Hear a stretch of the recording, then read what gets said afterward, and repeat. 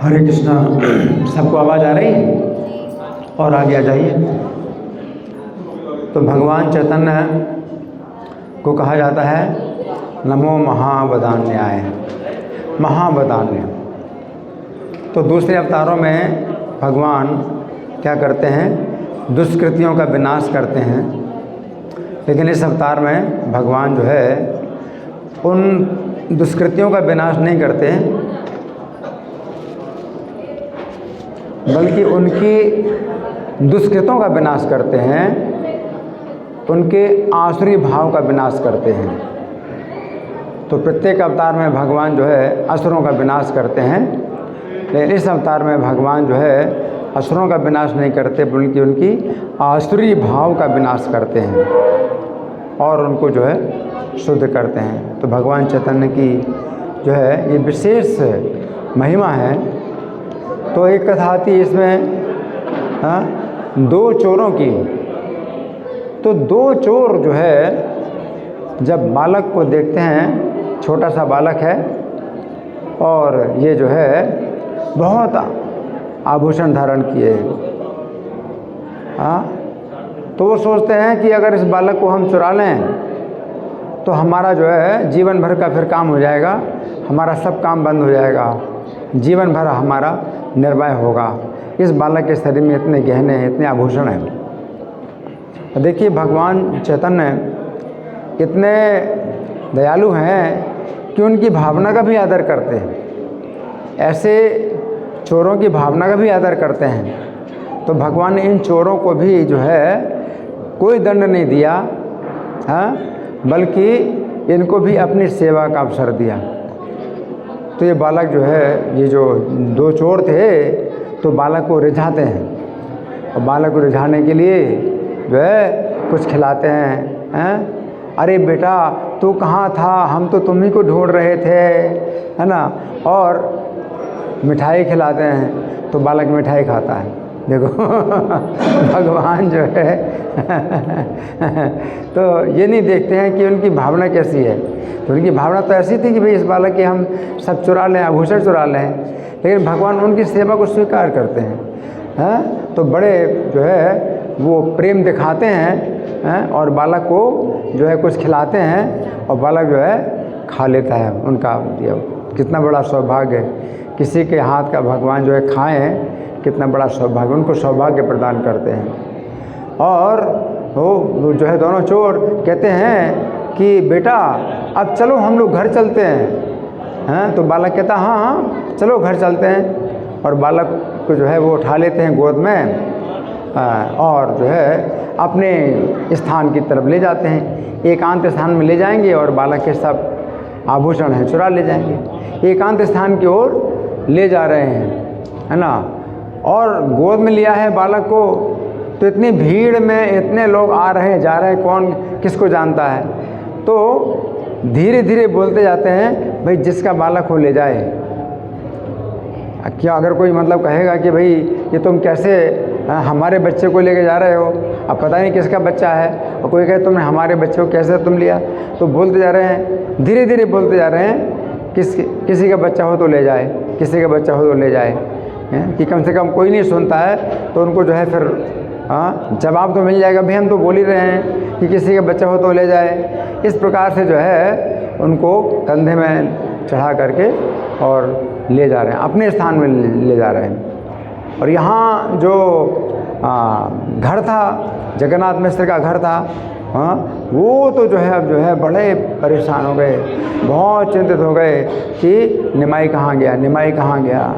सब चिल्ला रहे निमाई निमाई निमाई, हर जगह ढूंढ रहे हैं, गंगा के किनारे ढूंढ रहे हैं और इधर आसपास के मोहल्लों में हर जगह ढूंढ रहे हैं। और जैसे पानी के बिना मछलियाँ तड़पें, ऐसे जो है पूरे घर के लोग और जो है पूरे नगर के लोग जो है तड़प रहे हैं बालक निमाई के बिना, है ना।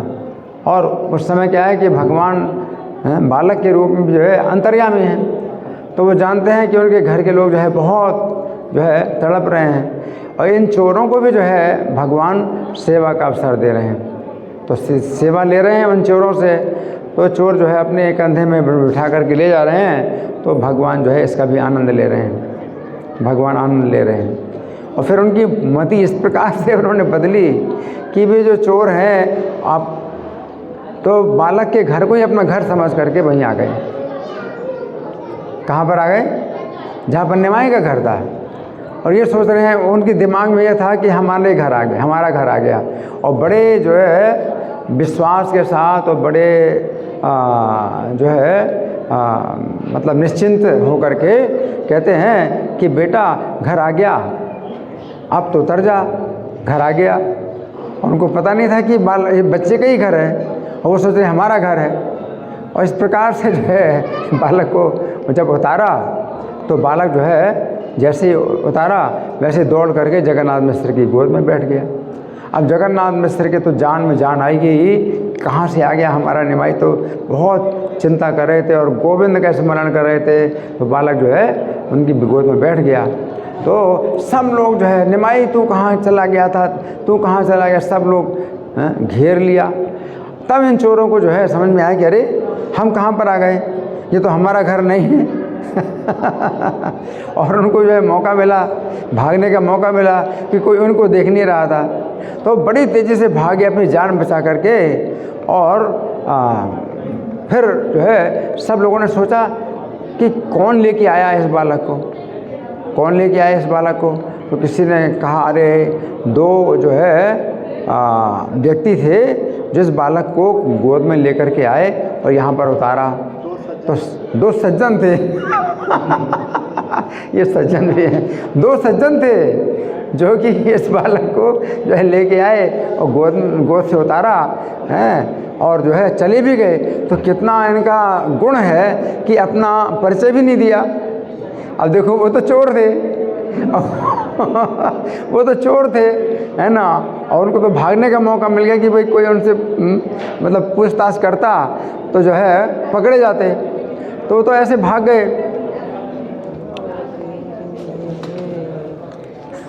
और सब लोग सोच रहे हैं देखो कितने बड़े महात्मा थे वो, कि उन्होंने अपना परिचय भी नहीं दिया। अरे हम तो उनको जो है कितना मतलब सम्मान करते और धन से और जो है हर प्रकार से उनका जो है मतलब उनका आदर करते, लेकिन वो तो ऐसे चले गए कि जैसे मतलब उन्होंने कुछ किया ही नहीं। अरे इन्होंने तो बहुत बड़ा कार्य किया, हमारा जो है हमारा जीवन हमें जो है हमारा जीवन वापस दे दिया, इतना बड़ा कार्य किया। इस प्रकार से जो है भगवान चैतन्य ने उन चोरों का भी आदर कराया, उन चोरों का भी आदर किया जो भगवान को चुराना चाहते थे।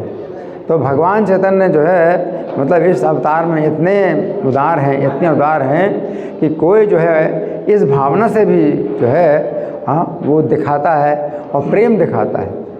तो भगवान जो है मतलब उनके झूठे प्रेम को भी जो है भगवान ने स्वीकार कर लिया।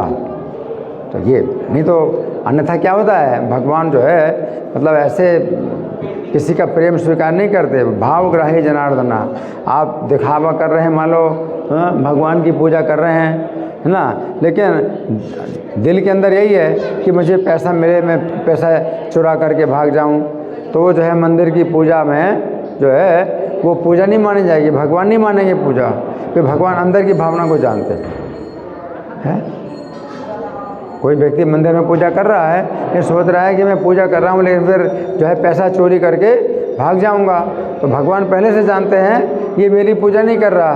लेकिन चैतन्य महाप्रभु इतने दयालु हैं कि वो जो है दिखावा कर रहे थे प्रेम करने का, लेकिन उनका भाव यही था कि इस बालक के हम आभूषण ले लें। लेकिन भगवान चैतन्य जो है इतने दयालु हैं कि उनकी सेवा को स्वीकार कर लिया, उनका दिया हुआ जो भोजन है वो भी स्वीकार कर लिया है। जबकि द्वापर में दुर्योधन ने जो है इसी भावना से कृष्ण को 56 भोग दिए थे, हैं 56 भोग दिए थे। किस लिए दिए थे कि वो जो है कृष्ण को ब्लैकमेल कर ले, कृष्ण को अपने पक्ष में कर ले और जो है पांडवों की संपत्ति जो है वो जब्त कर ले। लेकिन भगवान ने देखा तक नहीं, उनके 56 भोगों देखा तक नहीं। लेकिन यहाँ चैतन्य महाप्रभु कितने दयालु हैं। उसी भावना से तो उन्होंने भी, दुर्योधन ने भी उसी भावना से, इन जो चोर हैं, ये चोर लोग भी उसी भावना से तो दे रहे हैं, बालक को मिठाई खिला रहे हैं। लेकिन बालक बड़े प्रेम से मिठाई खा रहा है और जब अपने कंधों में चढ़ा करके ले जा रहे हैं तो बालक जो है बड़े प्रेम से, बड़ा जो है आनंद प्राप्त कर रहे हैं कि भाई ये तो हमारी बड़ी अच्छी सेवा कर रहे हैं। तो भगवान जो है चैतन्य महाप्रभु की ये ऐसी दया है ना। और फिर क्या हुआ कि उन चोरों का तो उद्धार भगवान ने कर ही दिया, क्योंकि भगवान ने चोरों, किसी की भी भगवान अगर सेवा स्वीकार कर लें, थोड़ी सी भी सेवा स्वीकार कर लें तो उसका तो जो है मतलब इस लोक में परलोक में पूरा का पूरा जो है उद्धार हो जाता है ना। तो इन दो चोरों की जो कथा है तो इसमें जो है बहुत रस भी मिलता है, बहुत रस भी मिलता है ना। और इन चोरों के लिए जो है मतलब कितना बड़ा एक प्रकार से संकट भी आ गया था, और कैसे वो आ गए और भगवान के घर को अपना घर समझ रहे हैं, भगवान के घर को अपना घर समझ रहे हैं, लेकिन वास्तव में भगवान का घर ही अपना घर है। वो तो जो है समझ रहे थे तो उनको समझ में नहीं आया, लेकिन वास्तव में तो हमें भगवान के घर में ही है, भगवान का घर ही हमारा घर है। ये भौतिक संसार जो है हमारा घर नहीं है ना। इसलिए प्रभुपाद कहते हैं कि हमें तो कहाँ जाना है, back home, back to God है। तो भगवान का जो घर है वही हमारा असली घर है। हम इस भौतिक संसार में जो कष्ट पा रहे हैं क्योंकि जंगल है, हम लोग जंगल में। तो ये दो चोर जो है भगवान के घर को अपना घर समझ करके आ गए, और वास्तव में फिर वो कहाँ जाएंगे, भगवान के घर ही जाएंगे, भगवान के धाम जाएंगे, है ना। इस प्रकार से भगवान के धाम चले गए। तो भगवान चैतन्य की लीलाएँ, जो बाल की लीलाएँ हैं, ये चैतन्य भागवत में बहुत विस्तार से वर्णित हैं और इनका बहुत रस मिलता है ना। तो इसका आप जितना रसास्वादन करते हैं तो उतना अधिक जो है आपका शुद्धिकरण होता है। तो भगवान की कथा सुनने में क्या होता है कि अपना पूरा मनोरंजन भी होता है, मन की प्रसन्नता भी प्राप्त होती है और शुद्धिकरण होता है ना। श्रीमताम स्वकथा कृष्णा पुण्य श्रवण कीर्तना हृदयंतस्थो है भद्राणी विधुनोति सुरक्षिताम। कि जो भगवान की कथा सुनते हैं तो भगवान हृदय में बैठ करके उनके हृदय की सफाई करते हैं, तो हृदय स्वच्छ होता है, बहुत शुद्धिकरण होता है ना। और वो शुद्धिकरण कैसे होता है आपको पता भी नहीं चलता।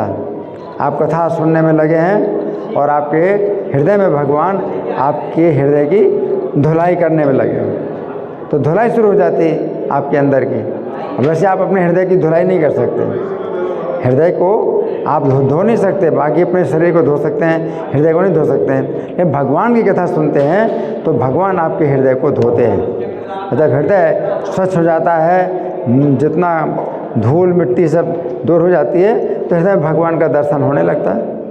तो भगवान तो हृदय में है, लेकिन धूल मिट्टी इतनी ज़्यादा भरी हुई है कि भगवान का दर्शन ही नहीं हो रहा है। तो भगवान ही जो है इस हृदय को स्वच्छ करते हैं, और वो हृदय में पहले से विराजमान है, अपने मंदिर को स्वयं ही स्वच्छ करते हैं और फिर वो आपको हृदय में दर्शन देंगे। तो अगर भगवान की कथा सुनेंगे आपका हृदय स्वच्छ होगा और हृदय में फिर आपको भगवान का दर्शन होगा। प्रेमांजन छुत भक्ति विलोचन संता सदैव हृदयसु विलोकयन्ति। तो जब भक्ति के नेत्र प्राप्त हो जाते हैं तो हृदय में भगवान का दर्शन होने लगता है। यम श्याम सुंदरम अचिंत्य गुण स्वरूपम। तो भगवान जो श्याम सुंदर हैं उनके गुणों का भी जो है अचिंत्य जो स्वभाव है वो समझ में आता है। गोविंद मादि पुरुषम तमहम भजामि। आदि पुरुष गोविंद का मैं भजन करता हूँ। तो ये जो है गौर कथा का बहुत इस तरह से हमें लाभ प्राप्त होगा। धन्यवाद। श्री गौर कथा महामहोत्सव की जय।